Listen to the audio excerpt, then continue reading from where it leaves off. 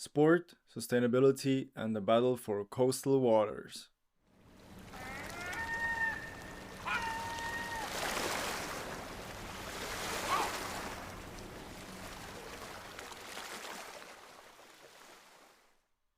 There is a moment when every new sport has to answer a deeper question. Not whether it works, not whether it is fast, not whether it can attract teams, cameras, or celebrity attention, but whether it means anything beyond itself. That is where E1 becomes especially interesting. Because this championship was never introduced simply as a new racing format. From the beginning, it has tried to frame itself as something larger. A sporting platform for electric innovation, yes, but also a public argument about water, ecology, coastal futures, and what modern competition ought to stand for. E1's official sustainability language is unusually direct here. It says the series is dedicated to protecting and restoring coastal waters and ecosystems through clean technologies and aquatic regeneration, and presents Blue Impact as a core part of that mission. And that is not a small claim, because the moment a sport says it wants to matter in the world beyond the race itself, it enters more difficult territory. More ambitious, more vulnerable, more meaningful if it works, and more exposed if it does not. So this episode is about that tension. What does E1 say it stands for? What does it insist on linking racing to regeneration? Why coastal waters? And what does it mean when a sport tries to become not only entertainment, but purpose? To understand this, we have to begin not with racing, but with water. Because water has a strange status in modern life. We are surrounded by it, dependent on it, drawn to it, and yet often blind to it. We build cities beside it, we holiday on it, we ship goods across it, we photograph it, we romanticize it. But we are also remarkably good at treating it as a background, as scenery, as surface. And that is part of the problem. Coastal waters are not just beautiful margins of the inhabited world. They are ecologically dense, economically important, and often highly stressed.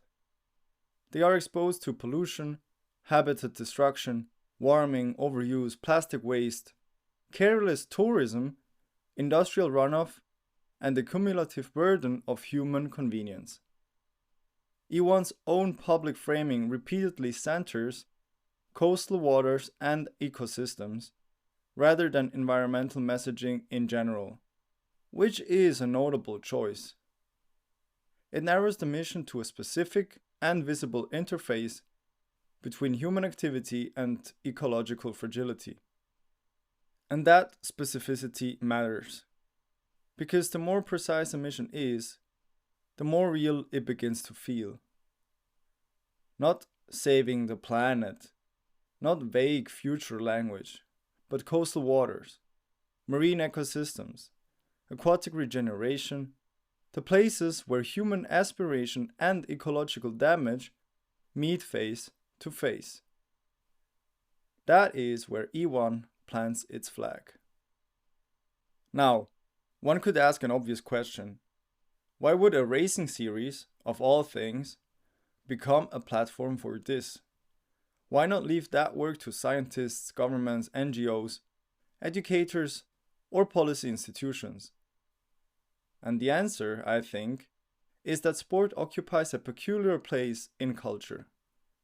It is rarely the deepest source of truth, but it is often one of the most effective carriers of attention. Sport gathers emotion, it creates rituals, it rewards loyalty, it produces images that travel faster than reports do. It turns abstract issues into things that can be seen, felt, and repeated. That is why so many organizations want sport near their causes. Not because sport replaces policy or science, but because it can do something those words often struggle to do: make people care before they fully understand. E1 appears to understand this well. Its message is not simply that electric race boats are exciting. Its message is that a race weekend, set in a waterfront city and built around a visually futuristic machine, can become a stage for a wider conversation about the state of our waters and the technologies we choose to put into them. The Blue Impact Program is described by E1 as a framework for restoration and regeneration initiatives, combined with awareness building through thought leadership dialogues, panels, workshops, and local activation projects with stakeholders in host cities. This is, in a sense, a very modern move. It says the race is the hook, the mission is the claim, the platform is the bridge between them. And here is where the story becomes more complicated and more interesting. Because in the 21st century, purpose is no longer a side note in sport. It is part of the architecture. Audiences today do not only ask whether something is thrilling, they also ask what it represents, what it funds, what it normalizes, what it tries to repair, and whether its public values are serious or decorative. Even when they do not ask those questions explicitly, the cultural environment asks them on their behalf. In other words, no modern sport gets to remain entirely innocent. Everything is interpreted, everything is branded, everything is compared to a larger moral horizon. E1 arrives in exactly that environment. So for a new championship, the question is not whether to have a mission. The question is whether the mission is integrated deeply enough to be credible. And E1's answer is Blue Impact. Not just a slogan, but as a named structure. That is important. Because names create accountability. Once you gave a mission a formal identity, once you publish reports, launch programs, collaborate with scientists, NGOs, and host cities, and attach awards and activities to it, you raise a standard against which you will later be judged. E1's public materials on sustainability and Blue Impact, including its sustainability reporting, explicitly position the program as a flagship initiative tied to marine biodiversity, restoration, low-impact events, and the broader role of sport as a catalyst for environmental and social change. That makes the project more serious, but it also removes the comfort of vagueness. This is where skepticism becomes useful. Because anytime a glamorous sport speaks the language of sustainability, people are right to hesitate. They should hesitate. A sport is still a spectacle. It still involves travel, logistics, infrastructure, sponsorship, commercial pressure, and image management. It still lives inside a world where purpose can easily become aesthetic coating. So the important question is not, does E1 use the right words? The important question is, what kind of relationship is it trying to build between spectacle and responsibility? And on that front, E1's model is notable. It is not trying to deny that it is a luxury-coded sporting product. In fact, it clearly embraces glamour, celebrity, and premium waterfront settings. But at the same time, it tries to direct that glamour toward a more future-facing narrative.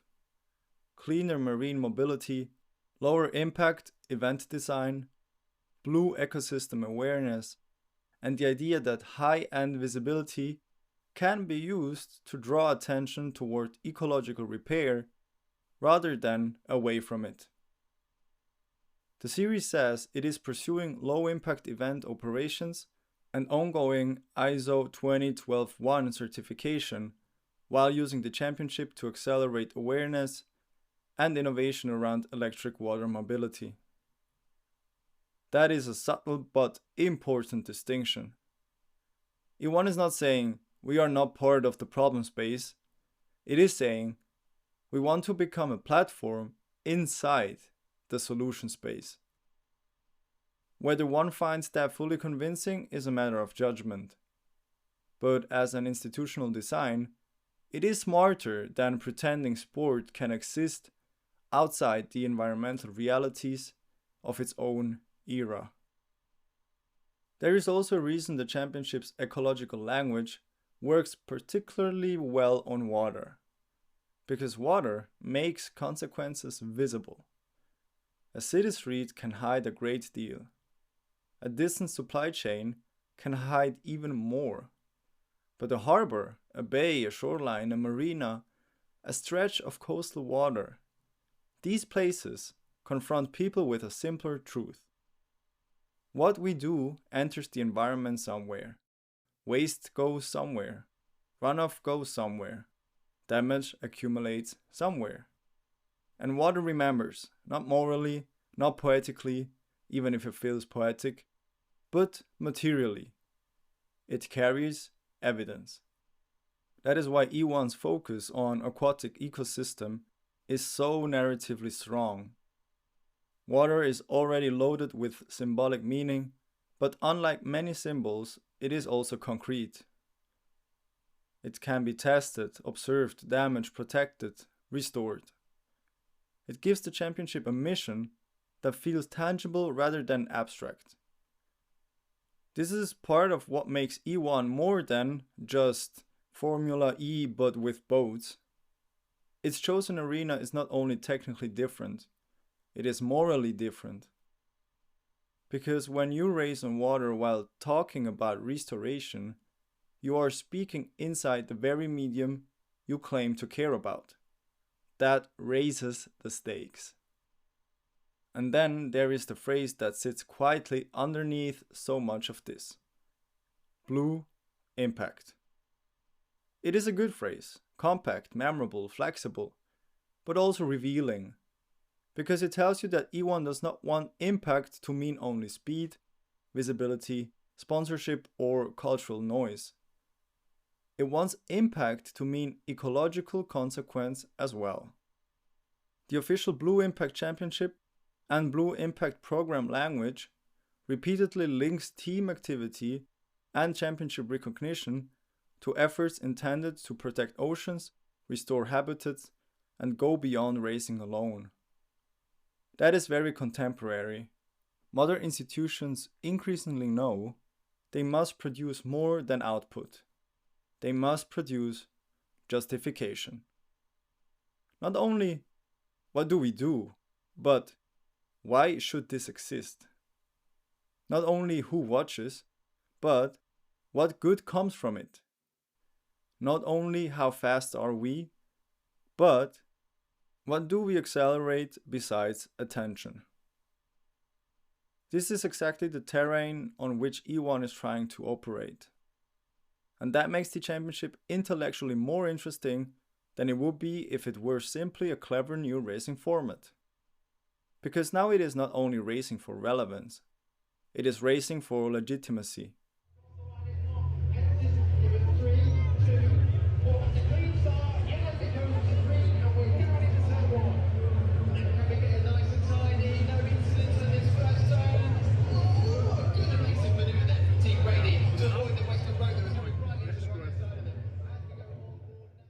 There is something else modern sport has learned.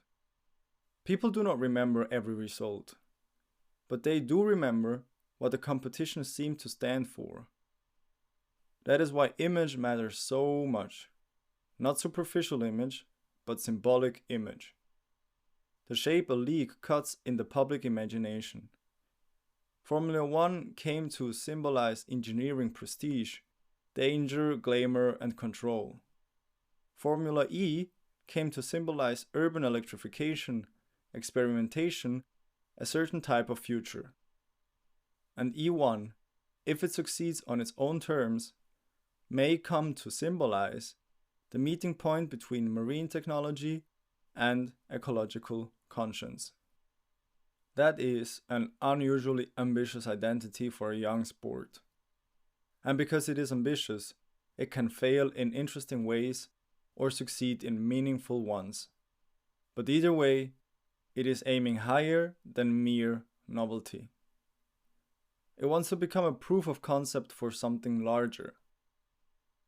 That competition can be aspirational without being environmentally blind. That premium sport can carry restoration rather than only consumption. That glamour and ecological seriousness do not always have to live on opposite sides of culture. That is the wager. Of course, such a wager depends on continuity. A mission is easy to declare once, harder to sustain across seasons. Harder still to deepen when commercial pressures intensify. This is why E1's future credibility will not rest only on the elegance of its rhetoric, but only whether Blue Impact continues to produce visible, repeatable, substantive work. Its own reporting and program structure suggests that the organization understands this problem. Reports local collaborations, educational activations, biodiversity-oriented projects, and recognitions tied to team initiatives all point to an effort to turn mission into system, rather than leaving it as a narrative ornament. That is exactly what it will need. Because the public is increasingly sophisticated about mission language. People can hear when a cause is merely borrowed. They can also sense when an institution has started to build around it for real. E1 seems aware of that threshold, and perhaps that is one reason the series feels more considered than a casual observer might expect. So, what does E1 stand for? At its most ambitious, it stands for a particular idea of technological modernity. Not modernity as endless extraction, not speed at any cost, not spectacle without consequence, but a version of progress in which performance, design, and public responsibility attempt to travel together. That does not mean the tension disappears. It remains, and perhaps it should remain, because tension is what keeps purpose honest. A racing league that talks about regeneration should be examined carefully. A sustainability claim should be stress tested. A glamorous sport should never receive moral credit for free. But none of that makes the effort meaningless. On the contrary, it is precisely because the claim is demanding that it becomes worth taking seriously. And E1, by tying its identity to coastal waters, marine ecosystems, and electric mobility, has chosen a claim demanding enough to matter. That is why episode 3 is so important. Because now we can see that E1 is not only trying to build a machine and a race calendar. It is trying to build a worldview. A worldview in which the sea is not just a backdrop for speed, but the living environment worth protecting. A worldview in which motorsport becomes a messenger for technological transition. A worldview in which sport does not stop at entertainment, but reaches for civic meaning. Whether that worldview becomes durable is still open, but the ambition itself, it's unmistakable. And once a sport declares its values, another question inevitably follows. Who carries those values into the world? Not abstractly, not institutionally, but through faces, teams, personalities, rivalries, and public allegiances. Because no championship lives through mission statements alone. It lives through people, through the teams who embody it, through the pilots who risk it, through the owners who brand it, through the identities that turn a format into a culture. Next time, we move from mission to actors. We look at the teams of E1, the celebrity-backed ownership model, the pilots, the personalities, the competitive identities, and the strange modern politics of building a sport through both engineering and star power. Because even the most elegant idea eventually needs ambassadors. And in E1, those ambassadors arrive not only with helmets and race suits, but with names the world already knows.